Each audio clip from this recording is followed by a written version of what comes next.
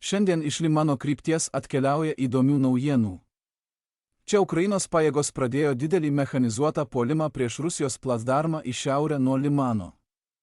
Po to, kai rusai daugiau nei metus bandė apeiti Ukrainos miestą iš flango, ukrainiečiai dabar grasina per mažiau nei mėnesį atkirsti ir sužlugdyti visą šį iškyšulį.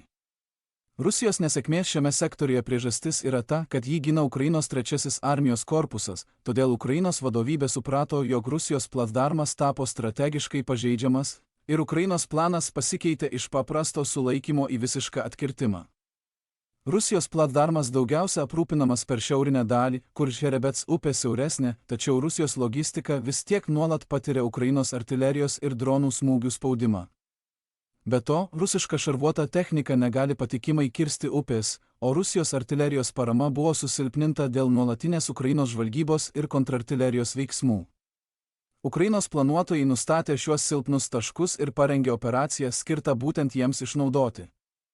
Pats Ukrainos puolimas buvo suplanuotas pradėti iš šiaurės per Ritkodubo apylinkes, kur geresnė kelių infrastruktūra suteiktų Ukrainos mechanizuotoms pajėgoms galimybę greitai judėti, kol Rusijos gynėjai nespėtų sureaguoti. Pagal planą šarvuota technika turėjo prasiveržti per kaimo pakraščius ir tada judėti 2 medžių juostomis, kurios iš dalies dengia nuo Rusijos stebėjimo, kad būtų galima dislokuoti pajėgas didesniuose miškinguose plotuose tarp Nove ir Katerinivkos. Šie plotai gali būti naudojami kaip paslėpti infiltravimosi maršrutai į abu gyvenvietės, remiant FPV dronais, artilerijos ugnimi ir žvalgybiniais dronais. Jei pažvelgsime į topografinį žemėlapį, pamatysime, kad užėmus šią zoną, Ukrainos pajėgos atsidurtų ant centrinės placdarmo aukštumos. Iš šios pozicijos jos galėtų grasinti Rusijos pajėgoms keliomis kryptimis ir tuo pačiu kontroliuoti pagrindinį tiekimo koridorių, kuriuo aprūpinamas visas placdarmas. Jei operacija būtų sėkminga, visi Rusijos kariai į vakarus nuo upės atsidurtų itin pažeidžiamoje padėtyje, priversti vis labiau pasikliauti tiekimu oro dronais, kad galėtų išsilaikyti. Tačiau net ir tai būtų problemiška, atsižvelgiant į tai, kad 3 armijos korpusas turi kai kuriuos iš pajėgiausių Ukrainos antidroninių ir elektroninio karo padalinių, kurie yra tiesiogiai integruoti į korpuso struktūrą. Rusijos dalinių, ginančių šį sektorių, paskelbta geolokuota vaizdo medžiaga parodė, kaip vyko Ukrainos puolimas. Ukrainos šarvuotos kolonos judėjo su Kobra 2 minoms atspariais automobiliais ir Ukrainoje pagamintais Patriot 4E šarvuočiais. Iš pradžių Rusijos pajėgoms buvo sunku reaguoti, jų įprasti FPV dronai pasirodė beveik neveiksmingi prieš intensyvę Ukrainos elektroninio karo apsaugą, dengiančią puolimo pajėgas. Tai privertė Rusijos operatorius pereiti prie rečiau naudojamų šviesolaidinių dronų, kurie yra atsparūs radio trukdžiams, tačiau reikalauja papildomo pasiruošimo ir dislokavimo laiko. Tas vėlavimas efektyviai reaguoti pasirodė esminis, nes geolokuota Rusijos filmuota medžiaga patvirtina, kad Ukrainos pajėgoms pavyko prasiveržti nuo 3 iki 5 km, kol pirmieji Rusijos dronai pasiekė puolimo grupės.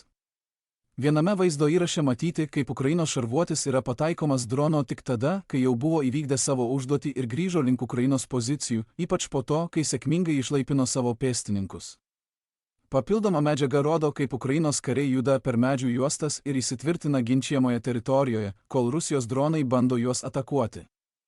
Kadangi Ukrainos pusės informacija dėl operacinio saugumo yra pavėluota, turime remtis Rusijos pranešimais, kad kovos šioje vietovėje vis dar tęsiasi ir priduriama, jog Ukrainos kariams pavyko pasiekti ir užimti teritoriją, kuri tiesiogiai kelia grėsmę Rusijos tiekimo keliams.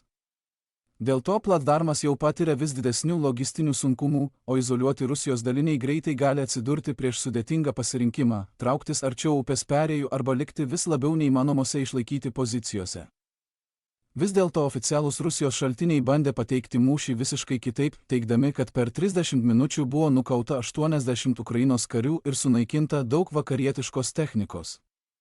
Tačiau patikimesni Rusijos karo analitikai buvo gerokai mažiau optimistiški, o greitai paaiškėjo, kad dalis vaizdo medžiagos, naudotos tariamai Rusijos gynybos sėkmei iliustruoti, iš tikrųjų buvo nufilmuota per mūšius, vykusius praėjusią vasarą, daugiau nei prieš metus. Tai sukūrė ryškų kontrastą tarp oficialios Rusijos naratyvo ir realios padėties mūšio lauke, kurį net ir Rusijos šaltiniai buvo priversti pripažinti. Apskritai Ukrainos derinys, palanki vietovė, stiprios elektroninės kovos galimybės ir greitas mechanizuotas manevras leido pasiekti taktinę staigmeną ir prasiskverbti giliai į šiaurinį Rusijos placdarmo sparną. Nors Ukrainos pajėgos neabejotinai patyrė nuostolių puolimo metu, Rusijos uždelsta reakcija leido joms įsitvirtinti pozicijose, kurios dabar kelia grėsmę visam placdarmą palaikančiam logistikos tinklui. Ukrainos kariams tęsiant kontrpuolimus, o Rusijos tiekimo maršrutams vis labiau gresiant pavojui, Rusijos ilgai ginamo placdarmo į vakarus nuo Žerebko upės ateitis staiga tapo kur kas mažiau užtikrinta.